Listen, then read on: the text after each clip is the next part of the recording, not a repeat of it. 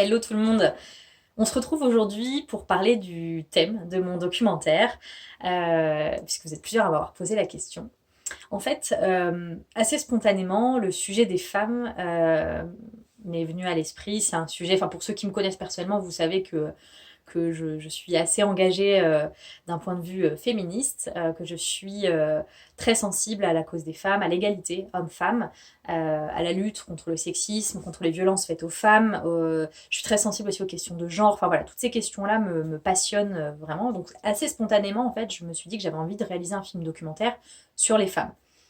Bon, après, il faut angler un petit peu plus parce que c'est très vaste comme sujet.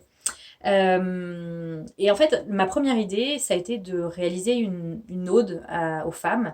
En fait, depuis très longtemps, je me demande ce que c'est qu'être une femme. C'est une question à laquelle je n'arrive pas à répondre personnellement. Je n'arrive pas à donner de définition de ce que c'est qu'être une femme, sans tomber justement dans des clichés sexistes, comme quoi on a beau être féministe, on est tous prisonniers et prisonnières des normes sociales que nous impose la société en fait, dans laquelle on vit depuis notre plus tendre enfance.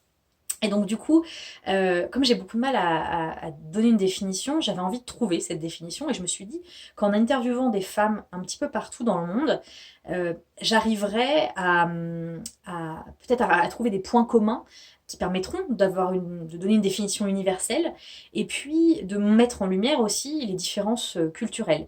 Donc c'était à la fois une quête identitaire et puis également une ouverture, donner une ouverture sur le monde. Et puis à ce moment-là, Yann Arthus Bertrand a lancé enfin, son film documentaire qui s'appelle Woman, que je vous conseille, qui est un film magnifique, mais qui traite plus ou moins du même sujet. Selon les mêmes modalités. Alors l'angle n'est pas tout à fait le même, mais voilà, c'est quand même assez similaire. Et là, je me suis dit non, en fait, tu vas pas commencer à te mesurer à Yann Arthus Bertrand pour ton premier film documentaire.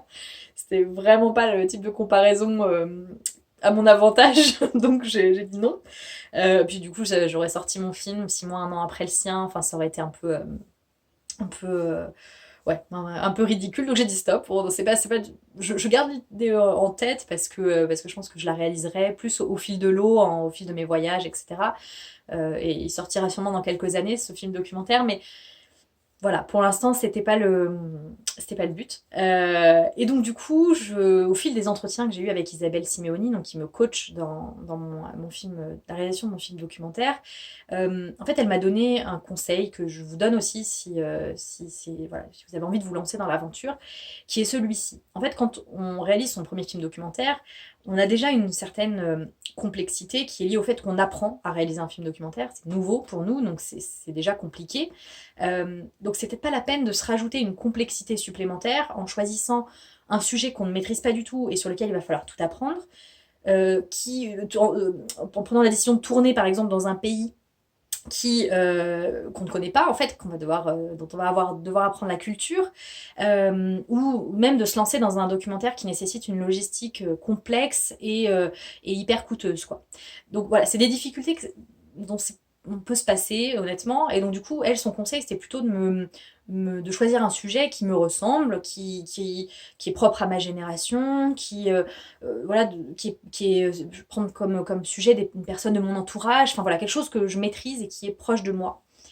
Sauf qu'en fait, ces idées-là, moi, ça me passionnait pas trop, enfin, ça m'inspirait pas trop. Moi, ma raison d'être, c'est d'exprimer mon regard sur le monde, donc du coup, j'aime avoir cette ouverture sur les autres, sur la différence. Puis j'ai besoin de challenge, j'aime bien, j'ai toujours aimé porter haut et fort le discours de causes perdues ou de discours un petit peu dérangeants, de sujets dérangeants, un peu tabous, etc. Et du coup, voilà, je m'y retrouvais pas trop. Et donc du coup, assez spontanément, déjà je me suis dit que j'allais garder le sujet de la femme parce que c'était vraiment le sujet qui m'animait. Et assez spontanément, le Maroc m'est venu à l'esprit. Parce que le Maroc, c'est un pays dans lequel j'ai vécu, où je retourne tous les ans, enfin, que je connais suffisamment bien pour me sentir en confort.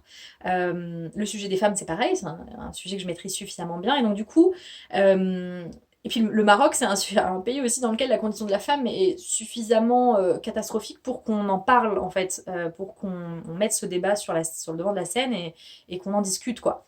Et donc, du coup, j'ai eu cette envie de réaliser mon film sur le sujet du rapport au corps des femmes et à la sexualité au Maroc.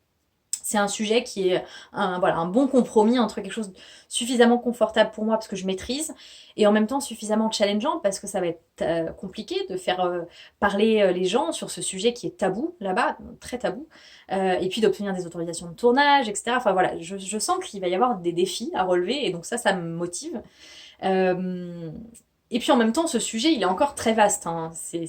Voilà, le rapport au corps des femmes et à la sexualité au Maroc, ça peut partir dans toutes les directions. Donc il va falloir que je l'angle un petit peu plus, que je le problématise un peu plus.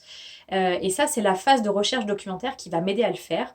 Et je vous en parlerai dans la prochaine vidéo. Vous en saurez un petit peu plus et je vous dévoilerai le sujet précis de mon documentaire. Mais vous en savez déjà un petit peu plus aujourd'hui.